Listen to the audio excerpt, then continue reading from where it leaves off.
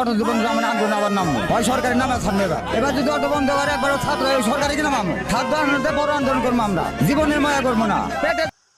আসসালামু আলাইকুম দেশবাসী। এক স্বৈরাচার পড়লেছে আরেক স্বৈরাচার দেশে হয়েছে।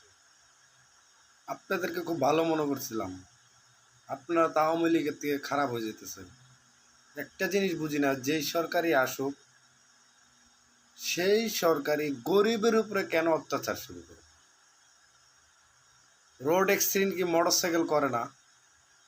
রোড অ্যাক্সিডেন্ট কি প্রাইভেট কার করে না? রোড অ্যাক্সিডেন্ট কি বাস করে না, না ট্রাক করে না? সম্পূর্ণ দোষ অটোর উপরেই আসে। আরে ওই সাধারণ মানুষ অটো ছাড়া তো চলো না। আপনার ঘর থেকে বাইরে হইলে অটো লাগে, অফিসে গেলে অটো লাগে, মেট্রো রেলে যাইতে হলে অটো লাগে, বাস স্ট্যান্ডে যাইতে হলে অটো লাগে। তাহলে অটোর উপরে এত অপরাধ কেন?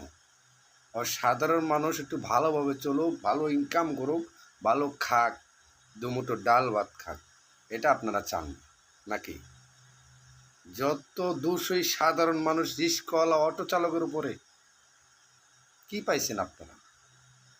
দেশটার মধ্যে কি শুরু করছেন আপনারা? যে সরকারে আসুক খালি গরিবের উপরে অত্যাচার। তাই ডক্টর ইউনূস স্যারকে বলছি, এগুলো বন্ধ করুন, দ্বিতীয় কোনো বিকল্প ব্যবস্থা করুন। এটাই আপনার কাছে অনুরোধ।